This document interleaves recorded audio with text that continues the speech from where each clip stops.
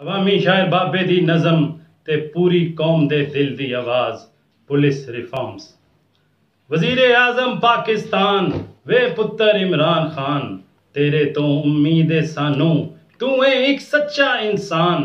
तेरे तो पहला जेड़े आए उन्हां इत्थे जुल्म ने ढाए, डाकू चोर उचक्के सन, आदि मुजरम पक्के सन। कतल अगवा चोरियां डाके, रिश्वत गुंडा गर्दी कब्जे, काले सब करतूत ए करदियां उन्हां दियां सन उमरां लंघियां। जुल्म उन्हां दा सब तो वड्डा, थाना बनाया जुर्म दा अड्डा। मुजरमां नूं पवा के वर्दी उन्हां पाकिस्तानी पुलिस दी, इनू कीता ए बर्बाद, अपने कानून तो आप ही आजाद। थाने कचहरी दी करके सियासत, कमजोरां दे वास्ते जिल्लत करके उन्हां भैड़ियां ने, बेशर्मा बेईमाना ने पूरा मुआशरा कीता तबाह, कौम नूं कर दिता गुमराह।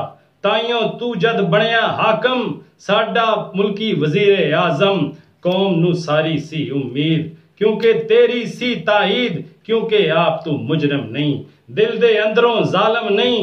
KPK दी हुकूमत विच 5 सालां दी मुद्दत विच तू नहीं जाली मुकाबले कराए, पुलिस कोलों नहीं कब्जे कराए, ना कोई साने मॉडल टाउन, ना तेरे हत्थे किसे दा खून।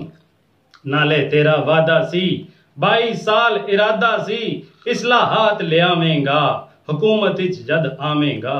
पर सानिया साहिवाल कप्तान, तेरा पहला सी इम्तिहान, तू आख्या सी कतर तो आके करेंगा पुलिस इस्लाहात, मुक जावणगे साने हाथ। पर 6-7 महीने हो गए, सबर दा दामन छुटदा जांदा है, दिल इस कौम दा टुटदा जांदा है।